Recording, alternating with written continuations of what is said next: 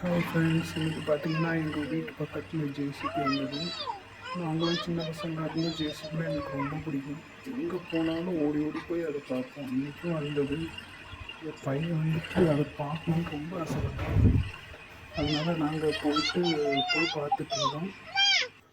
அது பார்த்தீங்கன்னா தெரியும், பக்கத்து வீட்டுக்கு க்ளீன் பண்ணுறதுக்காக வந்தது. சரி வீடியோ எடுத்தோம். அது வேற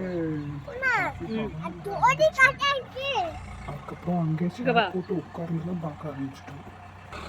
அதை பார்த்தீங்கன்னா தெரியும்.